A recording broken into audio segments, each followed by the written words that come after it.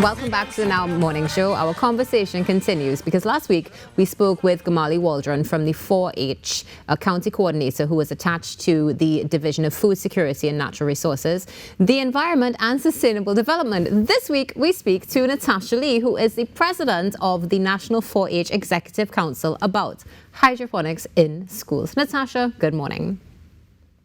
Hi, good morning, everyone. Good morning, Natasha. Good morning. Thank you for joining us. It's a pleasure to have you. Can we get straight into the conversation about how the hydroponics project started?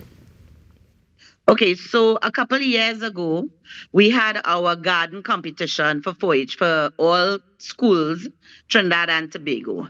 And at that time, Mr. Robinson, who was the FAO UN rep, visited some schools and he attended the award function ceremony because they had donated some funds for the prizes. And he was so taken aback. He was so amazed by some of the gardens that he visited that he pledged there and then to support 4-H with a grant of $75,000 for whatever projects we would have come up with. And we worked with Mr. Suresh Sukhbir to develop this current project that will end in 2 weeks' time, that would have dealt with sustainable gardens using technology in our primary, secondary, and ECC. We have one ECCE school. So that's how that project started up. So it's not only hydroponics. We have some aquaponics, we have a shade house and a rabbitry. But in Tobago, we did 3 hydroponic systems. Now, before we get into the details of the projects, Natasha, can you elaborate on what 4-H's role is in this collaboration? So 4-H is an organization that is totally NGO, so we would get our funding from stakeholders. We are under the Ministry of Agriculture, so we do get some funding from them. And all our county coordinators, they would provide the technical support, along with some other stakeholders like ICA and Nutrient. The 4-H's Head, Heart, Hands, and Health, we aim to have the children immersed in learning by doing. So every project is based on the children getting actively involved in learning. Our motto, making the best better. Of course, we always encourage the children to perform at their best. So 4-H is agriculture based, meaning all our projects would have some underlying factor of agriculture, but it is not only going in the garden and, dealing with plants, but we have other projects, public speaking, storytelling, food preservation, everything that would encompass agriculture. Our current project is, of course, sustainability using technology for growing plants in small spaces as well. So we had some vertical gardens and where we have schools with no soil. Why would you say hydroponics and aquaponics as well are great for schools? So it gives the children the opportunity to see technology at work. We have had, and we do still have, where there's this stigma in agriculture that it has to be laborious. Of course it does at some point, but we want to incentivize students to take up the mantle and get out there and work in agriculture, because without them we have no food. And that is very, very important for as young as our little ones in our ECCE Centre. We have one, as I said, in Tobago. And for them to understand where their food comes from and how to go about preparing spaces to grow food. Hydroponics, aquaponics, as I said, they give the students a chance to see that you can grow food anywhere, in any small space, even without soil. You can have thriving crops, and they have been getting the benefits. They've been reaping the harvest in some of our schools already. Beautiful to hear this. Now let's speak about some of the strategic focus areas of this program. What are they, and are you seeing the benefits already with the children? Yes, so one of the important ones for me, as I said, getting the students out there and actually planting the plants, ensuring that it's a drip system, it's on a timer, but they still have to check and be responsible for ensuring that the plants are watered, maintained, and that kind of thing. We look at STEM, science, technology, engineering, and mathematics.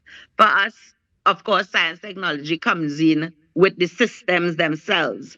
Mathematics, when they have to work out the number of plants, the seedlings, you look at the monies that they would have spent, and they have to not only consume their product, but we want them to get into some entrepreneurship where they can use the sales of the produce to further do stuff in their schools in 4-H and in agriculture. So they would sell their products to parents, community members, even if they go out to the market. And we have some schools that have already started greenhouses, have harvested 3 or 4 times already. And from the sales, they are now sustaining their systems, buying new plants, getting their chemicals going, building other agricultural areas in their school to further the development of that sustainability in the schools. Oh, Natasha, we're also hearing life skills are clearly a critical component to this also, which one is assured the children will be enjoying. But what about the investment from the parents? Are you seeing that with the program rollout? Of course, because we always say without our voluntary leaders who are our teachers, children and parents, we as the executive can only plan. And we have to get these persons on board as our first major stakeholders to ensure that 4-H remains alive and thriving. Life skills, extremely important. It is the basis of 4-H for us because it is the area where we take the students into gardens. They go outside, they do their planting. They learn about proper measurement, proper hygiene, proper techniques for planting, harvesting, safety.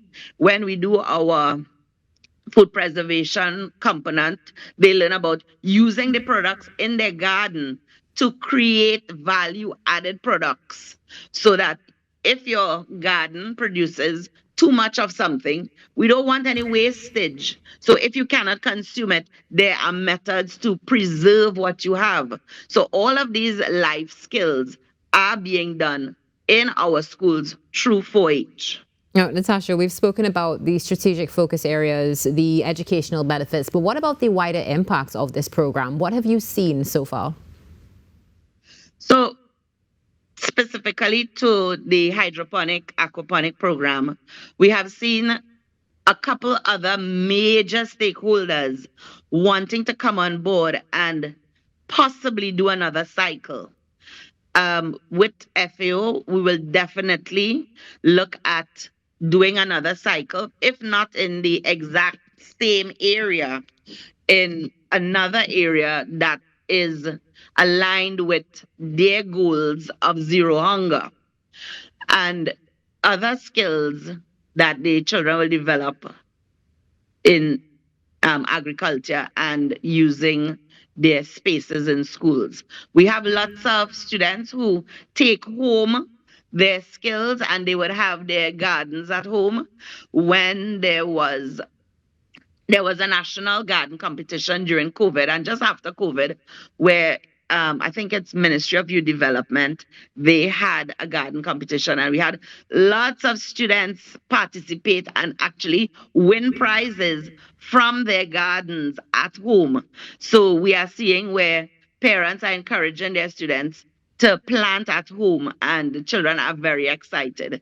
Children eat what they grow. We've seen it. Parents say, no, they won't eat pak choy. They won't eat bodi. And believe you me, when they plant it and they tend it and they harvest it, they are so proud of their accomplishments that we cook it for them, they will consume it. Sometimes we would ask our school caterers to prepare for the entire school. So they go home and parents will come back and they will tell us, we're so glad, we're so happy to see what's going on. We have parents who will come in and assist with gardens to till up soil, donate seedlings. And I do hope after this person's hearing us out there, you know, that they reach out to their class teacher, their child's teacher, and volunteer a couple hours for the month to assist in the gardens as well. So the beautiful thing about this is, of course, we're hearing about education, we're hearing about the wider impacts, but also the community coming together. Natasha, let's go back to 4-H for a few moments as we close. What is the future vision for 4-H when it comes not just to hydroponics and aquaponics in the school system, but just in general for agriculture and sustainability and the shift in careers? I, as president of 4-H Trinidad and Tobago, and my team, the national executive, it is our dream to have an agricultural space in every school, ECCE, primary, secondary, whether the secondary school does agriculture as a subject for CXC or not. It is our goal, our vision, to see agriculture be done in such a way that it is not just theory, it is not just a syllabus where, you know, they have to learn all the skills. We agree with that.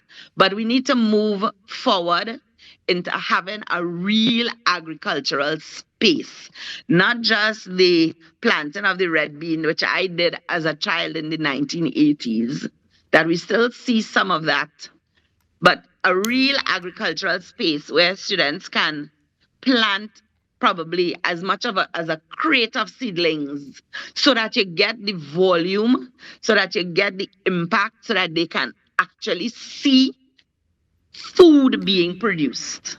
And that is one of the goals that we have had.